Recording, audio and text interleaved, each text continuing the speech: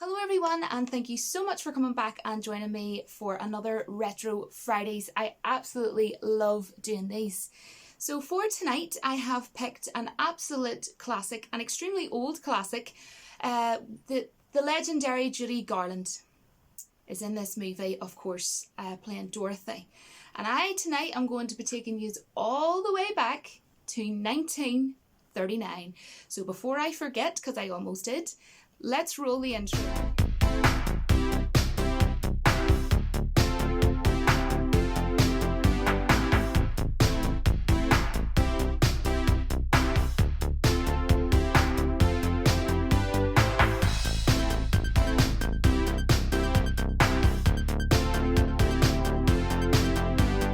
So this movie was directed by Victor Fleming, and you can correct me below, I could be wrong, but I'm like 99.9% sure that Victor Fleming actually also worked on the classic movie that is called Gone with the Wind, that my dad is absolutely obsessed with. And that and The Wizard of Oz, I am pretty sure he did within the same year, like the same time frame within the same year. But if I'm wrong, please do correct me below. Of course, feel free to do so. But Gone with the Wind and this movie of Victor Fleming's The Wizard of Oz is two of probably the most beloved classic movies in general, to be honest. And I think they are two classic movies that he done. And the lead character in this was Judy Garland, who is so talented, not only as an actress, but also as a singer. I love her in Mary Poppins, love her in Sound of Music. These are all movies that I grew up on, and The Wizard of Oz just brings so many happy moments to me. Also a scary moment from the villain, which I will be talking about, the Wicked Witch of the West. I was literally under my blankets as a child. She freaked the heck out of me. But this is just so nostalgic, and The Wizard of Oz has always been one of those lovely stories and movies that has always held a really dear place in my heart. And I think that Judy Garland really gave it her all. And the thing about this movie is the whole cast, you could tell they were having a ball, they were having the time of their life, they were really enjoying being in this movie. And one thing that I want to talk about, because I can't believe I forgot to mention it yesterday. I did a video yesterday talking about Sam Raimi. And if you don't know who Sam Raimi is, he did the Spider-Man trilogy, he did Drag Me to Hell, he did The Evil Dead, Army of Darkness as well, and the series, of course, Ash vs. Evil Dead. But just really quickly, he might actually be directing Doctor Strange 2, apparently. And yesterday I forgot to mention, cannot believe this, that he did the movie Oz the Great and the Powerful. Now, to me, if I had have seen Oz the Great and the Powerful first, I might have actually preferred that over this 1939 movie of The Wizard of Oz. But to be honest, for nostalgic reasons, I obviously prefer this one, the 1939 one by Victor Fleming. But wow, that was done by Disney, this Oz the Great and the Powerful, and it had James Franco and Mila Kunis, who of course voices Meg in Family Guy. Love Family Guy. But that film, Oz the Great and the Powerful, is phenomenal, and without a shadow of a doubt, I actually got my mum to watch it 2 weeks ago because I had it on normal DVD and also on like Blu-ray DVD, so I just let her watch it, and I said, if you like it, you can keep my normal DVD version. And oh my gosh, she loved it, and she's trying to force my dad to watch it with her, and I was like, Dad, just watch it with her, because there's certain things that he'd be like, I don't know if I want to watch that, but he's told me that he's going to watch it with her at the weekend, so there we go. But she wants to see it again because she loved it, and every year without fail I watch it on New Year's Day when I'm eating my dinner. I don't know, I started off doing that, and I always do that. But to me, aside from that, there has been no other movie that has been able to capture the magic like how they did with all the characters that are, within this movie. I think it's one of those one-off movies that you can't... I honestly, personally don't think that this movie that I'm talking about, The Wizard of Oz, the 1939 one, can be remade, in the sense that I don't think anyone would be able to capture the magic, because they would have a really big task at hand to try and compete with Victor Fleming. But you know what? Oz and the Great and the Powerful was absolutely think it's probably actually my favourite live action of all time that Disney done. Just gonna put that out there. Now, to me, this movie is still a classic that holds up very much so today, and I think that it's a fantastic movie for all ages. I mean, I grew up watching this from I was no age. I can't even remember what age I was when I watched this, but extremely young. Feel kind of old coming on and reviewing this. But yeah, I grew up on this movie and I absolutely love it, and I'm really glad that my parents, you know, sort of told me, you know, here, come in and sit down and watch this. Pretty much they kept telling me, and sometimes, you know, you want to run around playing stuff like that when you're younger, and I'm glad that I did actually sit down one day and watch it. And then my aunt bought me it on VHS, but at the time there was 2 other VHSs in among it, so there was 3, so it was like that size. You know, like VHSs were like a lot bulkier, and The Wizard of Oz was one of them. The Railway Children was another one that was brilliant, and then there was another one, and I really cannot remember what it was, but I always remember my aunt buying me that, and I was so happy because I'd seen the movie on TV and absolutely love it. Now I have my notes with me as always, guys, so don't go off on a tangent, because we all know I'm good at doing that, and that's not a good thing. But this film had, I think what was so phenomenal about it for me that really blew me away, and still does, as, you know, an adult, is the fantastic sets. The sets that they used throughout this whole entire film was phenomenal, top notch, honestly. And like being back in 1939 and having sets like that, wow, seriously. Like, seriously, directors, take note. I wish that Disney could be making really great movies like this one. Like, it was made back in 1939, and you can't compare the live actions they're bringing out nowadays to that. Anyways. And also, this movie was just so bright and vibrant. And it's a very bold movie, as would be probably the best way of describing it, but in the right way.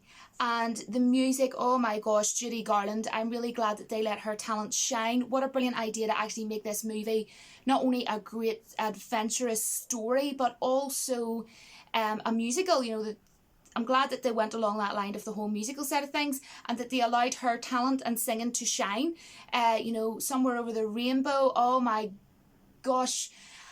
And because I love that song so much from that movie, I have actually sang that song a lot over the years. If some of you don't know, I love singing. And I actually won a talent show in the town that I was born in. Basically, I had to go down and sing in like a supermarket. I don't know what you've got, like a mall you would call it in America or wherever, right? Like a shopping centre. And I had to sing every night, and the public then voted every night, and I won. And one of the songs I sang a lot was Somewhere Over the Rainbow. And I know that some of my subscribers are going to be really sad and disappointed if I don't sing a little bit. So I'm going to sing a little small piece, because, you know, I don't want to make anybody... Some people will get really angry at me. Trust me, there's times I've done reviews and they're like, why didn't you sing? So, okay, here we go, right? Somewhere over the rainbow,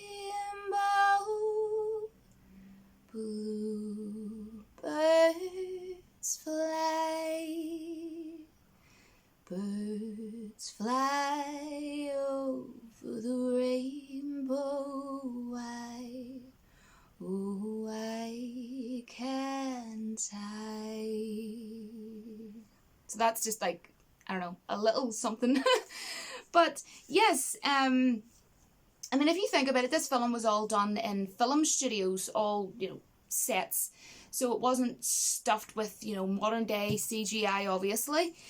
Which to me, all those sets and how they'd done it, and although you're aware that it's 100% on a film set, because you're way back in like 1939, I felt that added so much charm to the movie as a whole. And I can't not talk about the music, of course. You have awesome songs in there like Yellow Brick Road, If I Only Had a Brain, Ding Dong the Wicked Witch, Ding Dong the Wicked Witch, Ding Dong the Wicked Witch is dead. Oh, I love all the songs. And a lot of them are just so, you know, catchy or whatever. And I don't know, ignore me, but I love them. And also the witch in this, oh my gosh, played by the wonderful, legendary Margaret Hamilton. Margaret Hamilton, you know what? This is how you play a villain, and this is how you do the voice for a villain and do it right. Because I think, especially as a child, if a villain doesn't scare you, And I know I've been told before that because of my accent, when I say villain, as in, you know, someone who's a bad person in a movie, that it sounds like I'm saying film, as in a movie. So apologies, it's my accent. I can't do nothing about that. But yeah, basically, she plays the villain in this, the Wicked Witch of the West. And wow, she freaking well killed it. But she's probably my favourite in this, even though I think it's very hard to pick a favourite. But I think I would pick her because she just gave it her all. But at the same time, when I was a kid, I didn't like her because I always would have hid under my blanket and be like, Mommy, no, I don't like this part. Because she scared the freaking well heck out of me, and she gave me like shivers and everything in my spine and my neck. Oh my gosh, the way she says, I'll get you, my pretty, and your little dog too. Oh, that always scared me. Just the way she does it. And I think that if I had to pick a villain that scared me the most, I mean, Scar really, really scared me from The Lion King. It's hard to say, but Scar from The Lion King, and definitely Margaret Hamilton as the Wicked Witch of the West. I have to add this in. Actually, no. Ursula from The Little Mermaid actually could have probably been the one that scared me the most. I think it would probably be Ursula, Wicked Witch of the West, and then Scar. Yeah, that is it. When it came on and the VHS at the time, because I'm old, it's just, oh no, Mummy, no. Honestly, but there was a scene I want to talk about that I thought was so well done and that I always remember and that I love. And I watch this movie every year, by the way, on New Year's Day, before I actually watch Oz and the Great and the Powerful. But I can always remember when I was younger, a scene that really stood out for me, and it did scare me. And it was so effective the way the visuals were done. You know, when Lion, Tin Man and Scarecrow were all outside the Wicked Witch of the West's like castle, her castle. And you could tell like Lion was really scared and everything because they were going in to save Dorothy, of course. Something that was super funny and I always laugh at, is so funny, is that they steal the guards like outfits, and I don't know, I just always thought that was really funny. But the scene that did it for me, that scared me the most of Margaret Hamilton as the Wicked Witch, was when she was standing, I mean full out at the end, screaming her head off at Dorothy, and Dorothy's just like standing there, and I feel so sorry for her. And that was when I really did get under the blankets at that point when I was a child. And I will never forget that I always hated that part because I didn't like that the witch was making Dorothy freaking well upset. And then when I seen Dorothy upset, then not only was I scared, but I was sad. And like, you know, when you're younger, you have all these mixed emotions where you're sad and you're scared at the same time. You're like, which one do I feel the most, sad or scared, or both? And I just didn't like that when I was younger, just like, ugh. But yeah, she scared the heck out of me. And then like poor little Dorothy was standing there and she could see the her aunt in, you know, the witch's globe, and you're just like so sad for her. I felt so sorry for her. Yeah, so that was the part of the Wicked Witch that was just, she is not a nice person when I was younger. And I don't like her. But now when you look back at it, you're like, oh, but she was the best like talented actor that was in it. Of course, obviously Judy Garland steals the show because she's fantastic, yada yada. But if I had to probably pick, I'd probably say her. However, when I was younger, Lion was actually my favourite because he's really funny, and that's the thing about all these characters, they have so much humour to their character. And I loved when Lion used his tail and everything when he was crying, like and he was using his tail, like his cute little tail, the way with eye. He's so adorable. I'm weird. But also Tin Man would have been my second favourite when I was a child, and I do still love everybody in this movie, but I also love the little dog Toto as well. I absolutely love the little dog Toto. And I'm trying to remember the name of the girl. Is it Mrs. Deagle or something like that? In the Gremlins, when she goes in to the bank and she tells Billy, you know, like she demands his dog, and the dog's like underneath where he works in the bank. She wants to get rid of his dog. She doesn't like dogs. And that kind of reminds me of the beginning when the Wicked Lady Witch is like, give me your dog or whatever to Dorothy. And I don't know if it's just me, but I love Gremlins. I just think that kind of reminded me of that. And I did talk about Gremlins in one of my Retro Fridays, just in case someone's writing in the comment right now, you should do a Gremlin Retro Friday. So yeah. But visual wise, I want to talk a bit about as well briefly is I absolutely love the Twister, you know, obviously the whole Twister scene at the very beginning of the movie, and then like the windows like flew off her bedroom window and God help her, like hit her in the head. And obviously that's not what I like about it, but I'm saying just the whole way it was filmed. And what I thought was so effective and so cool is it literally looked like the way they filmed that with her bedroom with everything going past. It looked like the inside of her bedroom where the window was like a cinema screen, if that makes sense. You know, in like a movie theatre or whatever you want to call it. And how random, I love random of course guys, as you know I'm a weirdo. You see how random a cow going past, well it's not random but you know what I mean, going by in her bike, you know, the wicked lady. And also when she lands in Oz, it's just like, oh my gosh, 1 minute you are watching, you know, the Twister and everything happening, and then that's, you know, obviously very effective and scary and you're worried for Dorothy and everything, but then the next minute it just straight away she opens the door in the matter of minutes. You go, wow, how beautiful, and it's just so tranquil looking, so beautiful, and so many bright colours, like I was saying earlier, bright, vibrant colours, and the film set and everything when she's in Oz, oh my gosh. And honestly, when you first see it, when she first opens the door, you go, oh, wouldn't that be magical? And this movie's magical. If I just opened my front door in the morning with my cup of coffee and I walk out as somewhere as like tranquil as that, you can even see like water and everything and plants, but it looks like she's really there. Obviously that's the whole point, but they done it so well back in 1939 that you really believed that although you knew it was on a film set, it was so believable. And we really went into, like, I felt like I went to Oz basically, if that makes sense. And as a child, you know, you feel that that's really cool and really adventurous and really magical, and you're going along her journey and her adventure, you know. And I wanted to say as well, I actually had a necklace of Tin Man, literally from The Wizard of Oz. My Auntie Rose got me it, and I don't really want to talk about it guys because it's really upsetting, but I'll do it anyways. My dad was supposed to fix it many years ago and he didn't, and it was something that was so precious to me. And like, I'm not trying to like be rude about my dad or whatever, like I forgive him, not really but kind of. My mum was like, would you fix that for her, would you fix that for her? And he'd left it in like a unit that my belonged to my granny, that she'd give to my mum. And then a few weeks later when he went to fix it, he couldn't find it, and we never ever did find it. So wow, it still upsets and breaks my heart, but we're going to move on. I'll learn to get over it eventually guys, but yeah, it's still upsetting.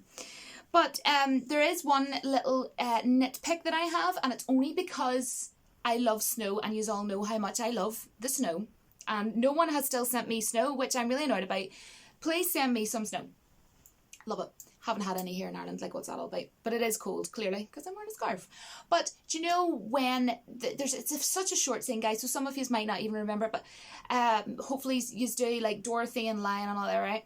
There's a small scene where it's super quick, where you see like a bit of snow falling and they're all together, and it's so beautiful and magical, and weirdly, although it's short, it is actually one of my favourite scenes.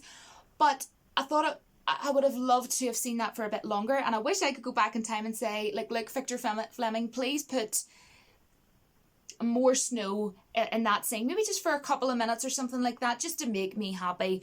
So that's just me saying, you know, if I would have been able to tweak anything, it would have been to keep that snow falling a wee bit longer for more magicalness, more snowy magicalness.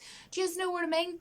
So yes, another thing that I want to talk about lastly, because we're going to have to finish up, because I am going to see Birds of Prey really soon, so I'm going to have to be super quick to finish this up. I apologise, but yes, going to see you know, Harley Quinn, of course, you know, the DC film Birds of Prey.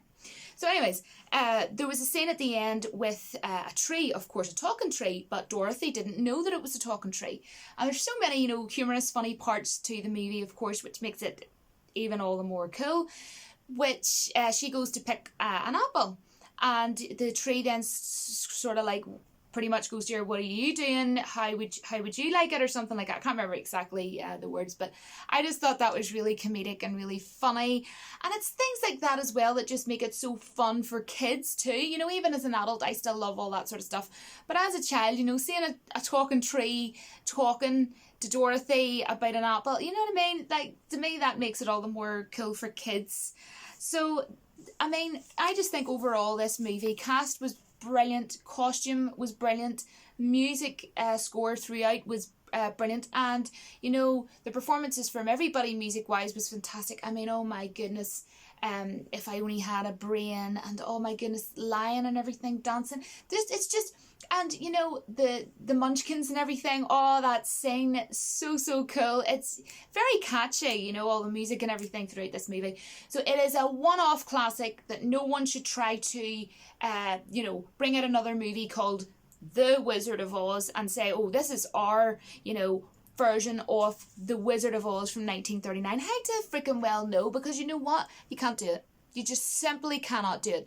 But if you have not seen Oz the Great and the Powerful by the wonderful, legendary Sam Raimi, I don't know what else to say to you. Just please try and watch it if you can, because it is definitely a wished upon a vlog recommendation. Now guys, I really apologise that I have to sort of be rushy here at the end. It's just silly me left it a bit late to be, you know, coming on doing this, knowing that I have to go to the cinema to see Birds of Prey, because I ended up having to go to cinema a little bit earlier than what I would have liked to. So apologies if this does come across as a bit rushy. I definitely didn't want it to be that way.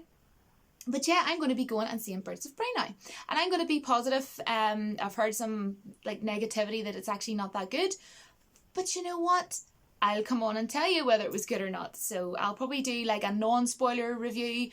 Most likely it will be tomorrow, but there's a tiny chance, and depending on how tired I am when I get back, I might come on and do a really quick non-spoiler. But other than that, it'll most likely be, you know, tomorrow. But you can let me know. I forgot to actually say I loved Toto in this movie, or little dog and in the basket and everything.